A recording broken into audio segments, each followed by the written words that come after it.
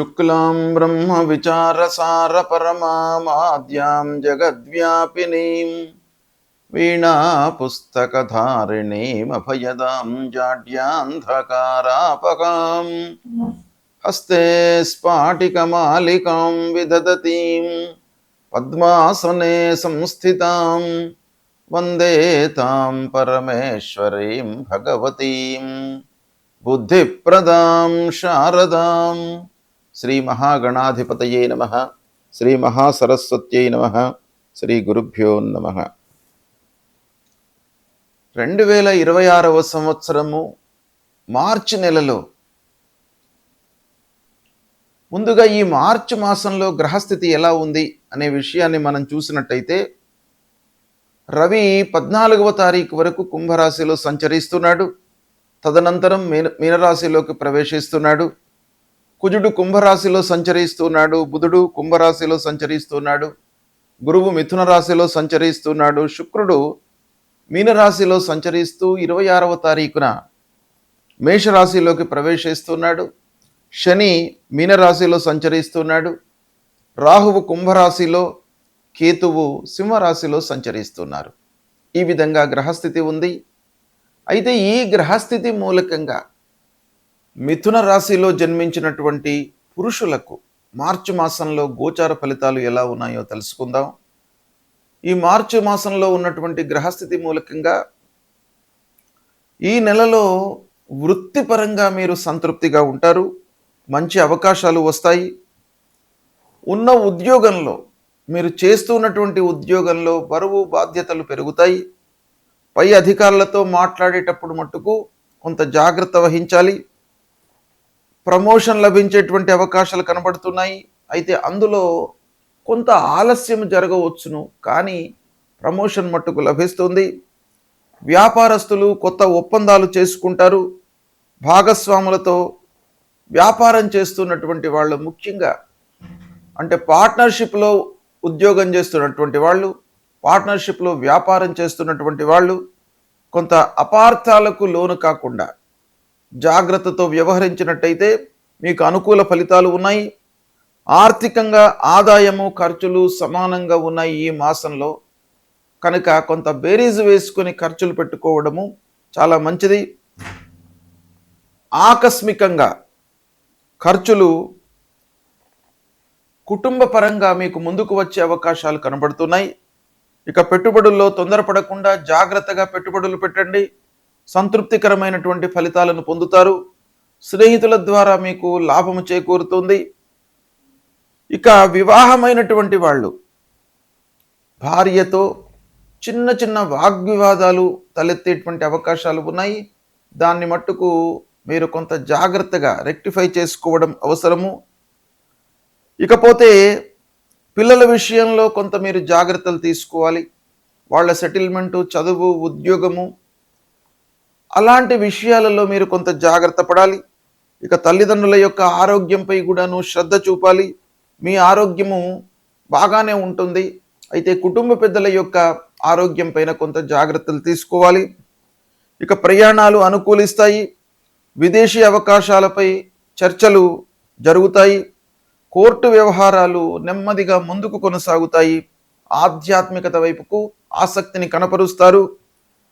దైవ దర్శనాలు, తీర్థయాత్రలు చేయడము, విహారయాత్రలు ఇలాంటివి చేసేటువంటివి అవకాశాలు ఈ మాసంలో కనబడుతున్నాయి. కొత్త వాహనము యొక్క కొనుగోలుపై ఆలోచన చేస్తారు. ఇకపోతే మిథున రాశి వారికి అన్నదమ్ముల యొక్క సహాయ సహకారం ప్రత్యేకంగా ఈ మాసంలో కనబడుతుంది. మాటల వల్ల అపార్థాలు రాకుండా జాగ్రత్త పడాలి. ప్రతి విషయాన్ని మాట్లాడేటప్పుడు కొంత జాగ్రత్తగా మీరు ముందుకు వెళ్ళినట్టయితే సత్ఫలితాలను పొందుతారు. మీ లోపల ఈ మాసంలో ఒక క్రియేటివిటీ కనపడుతుంది. కొత్త విషయాలపై మీరు ఫోకస్ పెడతారు. ప్రభుత్వ పనుల లోపల కొంత ఆలస్యం గోచరిస్తుంది. ఇక కుటుంబ పెద్దలే కానివ్వండి, సీనియర్స్ కానివ్వండి, మీరు చేస్తున్నటువంటి పనుల లోపల వాళ్ళ యొక్క సహాయ సహకారాలు తీసుకోండి. తద్వారా మీకు అనుకూలమైనటువంటి ఫలితాలు ఉంటాయి. ఓవరాల్గా చూసినట్టయితే మిథున రాశి వారికి ఈ మార్చి మాసంలో ఎండింగ్ లోపల చాలా లాభదాయకమైనటువంటి ఫలితాలు కనబడుతున్నాయి. సంతృప్తికరంగా ఉంటుంది. గ్రహస్థితి ప్రతికూలంగా ఉన్నప్పుడు మనము ఏమి చేయాలి? మన వైపు నుండి కొన్ని కర్తవ్యాలు మనకు శాస్త్రంలో చెప్పబడి ఉన్నాయి.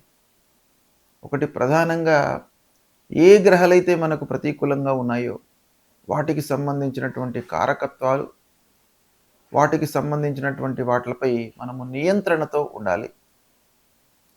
అంతేకాకుండా అనుగ్రహము కొరకై కొన్ని పరిహారాలు చేసుకోవాలి. సూర్యుడు ప్రధానమైనటువంటి గ్రహము. సూర్యుడు ప్రతికూలంగా సంచరిస్తున్నప్పుడు అనారోగ్య సమస్యలు కానివ్వండి, శారీరక రుగ్మతలు, మానసికంగా ఇబ్బందులు, పనుల లోపల ఆటంకాలు, ఇలాంటివి మనకు జరిగేటువంటి అవకాశాలు ఉంటాయి. కాబట్టి సూర్యుడు ప్రతికూలంగా ఉన్నప్పుడు తప్పకుండా మనము మూలమంత్రాన్ని జపించడము. సూర్యుడికి సంబంధించినటువంటి మూలమంత్రము జపా కుసుమ సంకాశం కాశ్యపేయం మహద్యుతిం తమోరిం సర్వపాపఘ్నం ప్రణతోస్మి దివాకరం అనేటువంటి మూలమంత్రాన్ని ప్రతినిత్యం కూడాను చదువుకోవడము.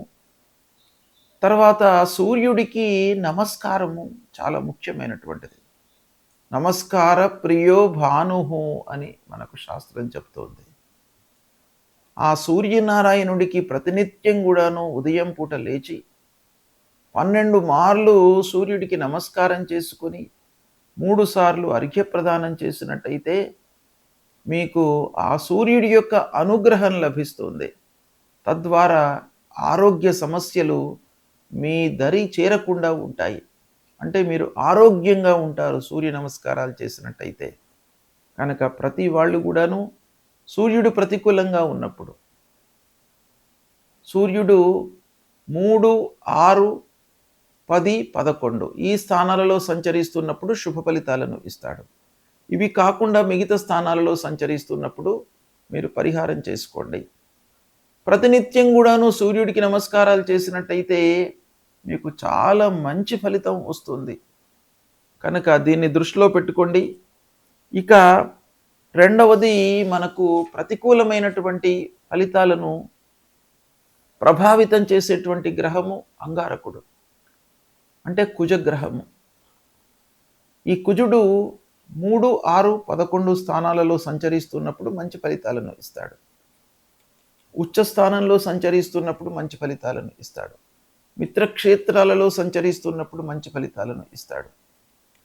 కాబట్టి అవి కాకుండా ప్రతికూలమైనటువంటి స్థానాలలో ఉన్నప్పుడు మీరు అంగారకుడి ప్రీత్యర్థమై అంగారకుడి మూలమంత్రాన్ని ప్రతినిత్యం కూడాను చదువుకోండి.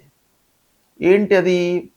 ధరణీ గర్భ సంభూతం విద్యుత్కాంచన సన్నిభం కుమారం శక్తిహస్తంచ మంగళం ప్రణమామ్యహం అనేటువంటి ఈ మూలమంత్రాన్ని ప్రతినిత్యం కూడాను చదువుకోండి. సుబ్రహ్మణ్య స్వామిని కొలవండి. సుబ్రహ్మణ్య స్వామి దేవాలయానికి వెళ్ళండి.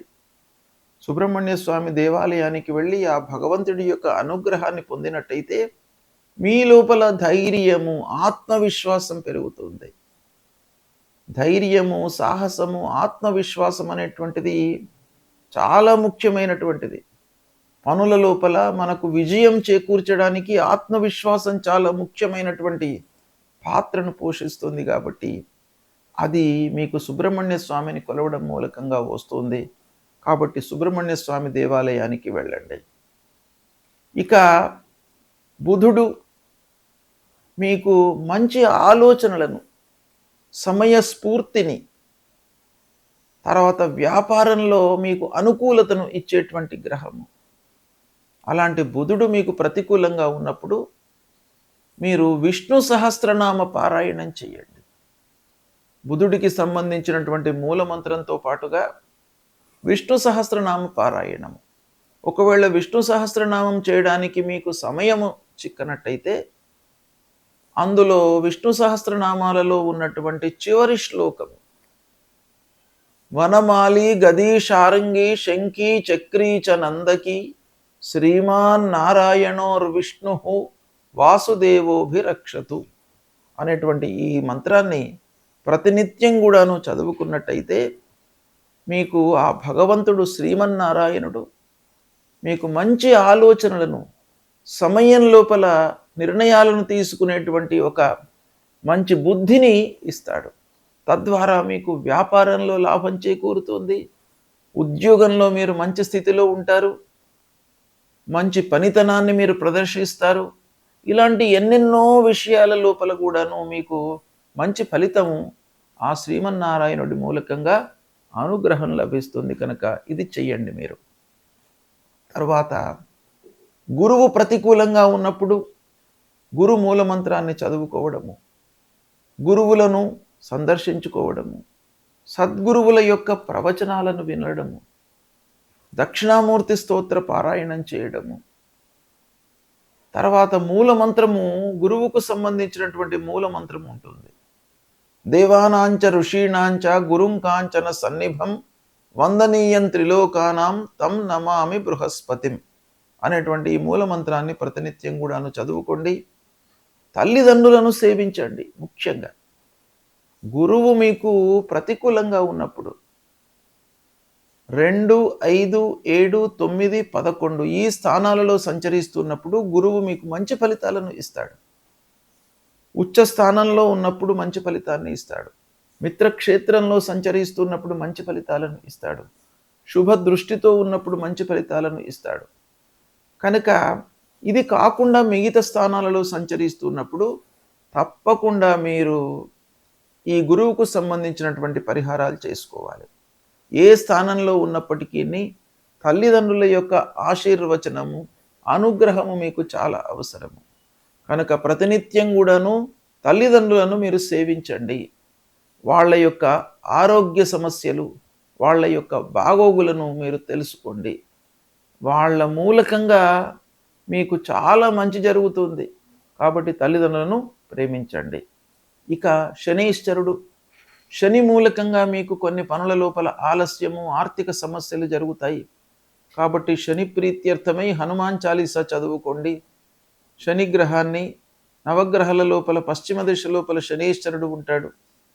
ఆ శనీశ్వరుడికి సంబంధించినటువంటి మూలమంత్రం చదువుకోండి. అదేవిధంగా రాహుకేతువులకు సంబంధించినటువంటి మూలమంత్రాలు, అమ్మవారిని దర్శించుకోవడము, విఘ్నేశ్వరుణ్ణి పూజించడము ఇలాంటివి చేసినట్టయితే మీకు గ్రహస్థితి మూలకంగా కలిగే దుష్ప్రభావము, దుష్ఫలితాలు దూరమయ్యి ఆ భగవంతుడి యొక్క అనుగ్రహం లభిస్తుంది. శుభం.